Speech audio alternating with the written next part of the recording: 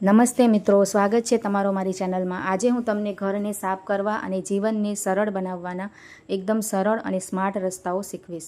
તો ચાલો આજનો વિડીયો શરૂ કરીએ। મેં ઘણા લોકો પાસેથી સાંભળ્યું છે કે તેમનું ઘર સુંદર તો છે, પરંતુ હું સ્વચ્છતા કેવી રીતે જાળવી શકું? આ માટે હું 1 મિનિટનો નિયમ પાડું છું। 1 મિનિટનો નિયમ શું છે? 1 મિનિટનો નિયમ એટલે કે જે પણ કાર્ય 1 મિનિટમાં થઈ શકે છે તેને સમયસર પૂર્ણ કરો, તેને પછી માટે ન છોડો। ઘણીવાર આપણને નાના નાના કામ મુલતવી રાખવાની આદત હોય છે। આપણે એવું વિચારીએ છીએ કે હું તો એ 10 મિનિટ પછી અથવા તો અડધા કલાક કે 1 કલાકમાં હું કરી લઈશ, પરંતુ પછી જેમ જેમ સાંજ થવા આવે છે કામ અધૂરું જ રહી જાય છે। તેથી આપણે આ રીતે ન કરવું જોઈએ। સવારે ઉઠીને તમારે જે સૌથી પહેલાં કામ કરવાનું છે તે છે તમારા પલંગને સરખો કરવો અને તમે ઉપયોગમાં લીધેલા ચાદર કે પછી ધાબળાને ફોલ્ડ કરવો। પછી તમે જાતે જ જોશો કે તમારો રૂમ કેટલો સારો દેખાય છે। જો તમે પલંગને સરખું નહીં કરો, બ્લેન્કેટ ઓશિકા પલંગ પર ફેલાવીને રાખશો અને પછી તમે જોશો કે તે કેટલું અવ્યવસ્થિત દેખાય છે। તમે રૂમને ગમે તેટલું સાફ કર્યું હશે, કચરા પોતા કર્યા હોય, પરંતુ જો તમારો પલંગ અવ્યવસ્થિત હોય, તમે ચાદર સરખી કરી ન હોય, તો તમારો રૂમ ખૂબ જ ગંદો દેખાશે। ત્યાર પછી આવે છે કે સ્નાન કર્યા પછી વાઇપરનો ઉપયોગ કરીને તરત જ બાથરૂમ સ્વચ્છ અને કોરું કરવું। વોશ બેસિન પણ સાથે સાફ કરી લો। આ કામમાં ફક્ત 1 કે 2 મિનિટ લાગે છે। પછી જુઓ કે તે કેવું વ્યવસ્થિત દેખાય છે। જ્યારે આપણે બપોરે કે રાતે ભોજન કરીએ છીએ તો ખાધા પછી વાસણો સિંકમાં ન છોડો। જેણે છેલ્લે ખાધું ત્યારે 1-2 પ્લેટ 1 કે 2 બાઉલ હોય તો આપણે શું વિચારીએ છીએ? હવે આ 2-3 વાસણ પછી ધોવાઈ જશે, અને તે વિચાર સાથે વાસણોનો ઢગલો થઈ જાય છે। પરંતુ જો આપણે થોડા થોડા વાસણો ત્યારે જ ધોઈ નાખીએ છીએ તો વાસણોનો ઢગલો નહીં થાય અને તમારું રસોડું એકદમ સ્વચ્છ અને હંમેશા સુંદર દેખાશે। હવે બીજો ફેરફાર કરીએ, તે છે કપડાં ધોવાની રીત।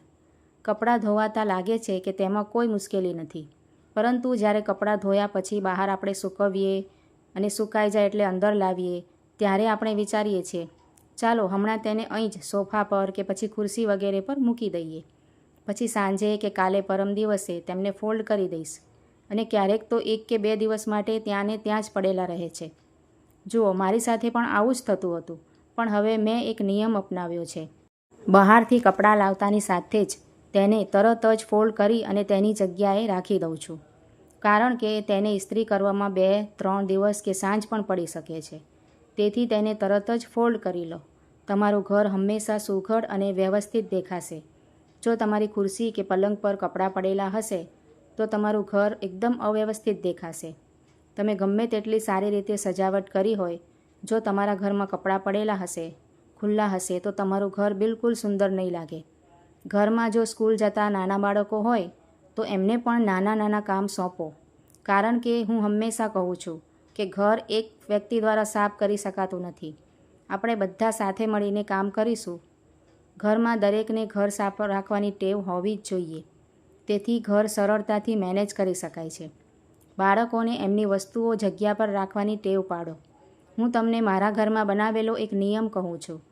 તે મને ઘરને સ્વચ્છ રાખવામાં, વસ્તુઓને તેમની જગ્યાએ પાછી મૂકવામાં ઘણી મદદ કરે છે, અને એ નિયમ છે કે તમારે દરેક વસ્તુ માટે એક જગ્યા બનાવવી પડશે, એમ કહીને કે આ વસ્તુ અહીં મળી જશે। તેથી દરેકને ખબર પડશે કે ઘરમાં કઈ વસ્તુ ક્યાં રાખવામાં આવી છે। ઉદાહરણ તરીકે, જો તમે ક્યાંકથી ચાવી ઉપાડો છો તો તમારે તેને ત્યાં જ પાછી રાખવાની છે। એટલે પછી દરેકને ખબર પડશે કે બધી વસ્તુઓનું પોતાનું એક સ્થાન છે, અને તમારે તમારા બધા પરિવારના સભ્યોને આ નિયમ જણાવવો પડશે કે તમે જે પણ વસ્તુ ઉપયોગમાં લો છો તે ત્યાં જ પાછું મૂકવું જ જોઈએ જ્યાંથી તે લેવામાં આવી હતી। આ નિયમ તમારા ઘરને બિલકુલ અવ્યવસ્થિત દેખાવથી અટકાવશે। તમારા ઘરનો મુખ્ય પ્રવેશદ્વાર ગમે તે હોય, પ્રવેશદ્વાર પર તમે જે કંઈ પણ રાખ્યું હોય તેને દરરોજ સાફ કરવામાં ભાગ્યે જ 1 કે 2 મિનિટ લાગે છે। તેથી તમારે તે વિસ્તાર, પ્રવેશદ્વાર સ્વચ્છ રાખવો જોઈએ। જો તમે 1 મિનિટનો દૈનિક નિત્યક્રમ અપનાવો છો તો હું તમને કહું છું કે આખું ઘર સાફ કરવું એટલું મુશ્કેલ નથી। પણ હા, જો તમે દરેક 2 કે 3 મહિને તમારા ઘરને સાફ કરવાનું વિચારો છો તો તમને આળસ લાગશે અને તરત જ વિચારશો, ના, આ તો બહુ મોટું કામ છે। પરંતુ જો તમે ઘરને દરરોજ સાફ કરો છો તો તે એટલું મુશ્કેલ નહીં લાગે। એક દિવસમાં બધું સાફ ન કરો, ખૂબ જ ઓછી માત્રાથી શરૂ કરો. કોઈ પણ એક ખૂણો ઉપાડો, તે દિવસે તે સાફ કરો, બીજા દિવસે તમે બીજું કંઈક સાફ કરી શકો છો.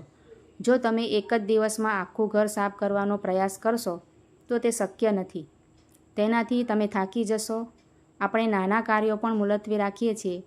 તેથી આજથી જ શરૂ કરીને 1 મિનિટના નિયમનું પાલન કરવાનો પ્રયાસ કરો અને પછી મને કમેન્ટમાં જણાવો કે તેનાથી કેટલો ફરક પડે છે. તો મિત્રો, આવી વધુ સરળ ઘરગથ્થુ ટિપ્સ માટે મારી ચેનલને સબસ્ક્રાઈબ કરવાનું ભૂલશો નહીં.